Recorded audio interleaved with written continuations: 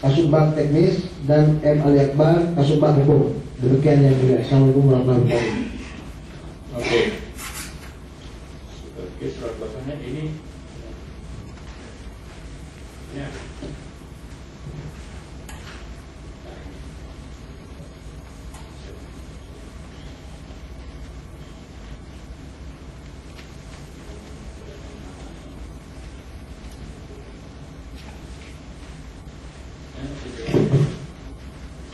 Berikutnya di sini ada pihak terkait.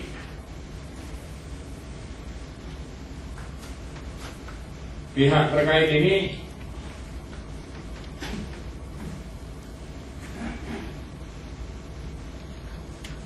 langsung hadir sendiri.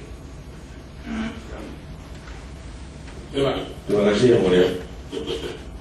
Kebetulan saya Rahmat Waji, sekretaris bidang advokasi. Nah, hal ini tim menunjuk saya, atau maksudnya bukan tim, pasangan calon menunjuk saya untuk mengikuti seluruh persidangan ini, yang mulia. Satu lagi.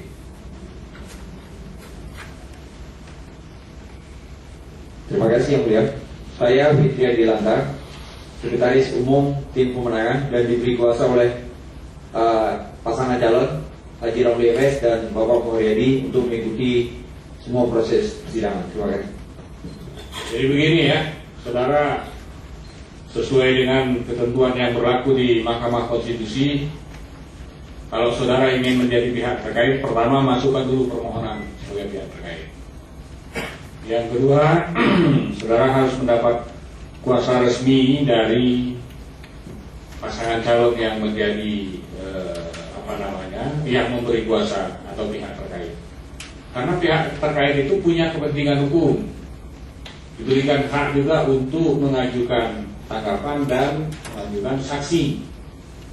Nah, oleh karena itu, yang pertama ya harus ajukan permohonan dulu secara tertulis untuk menjadi pihak terkait dalam perkara nomor berapa, perkara pilkadanya.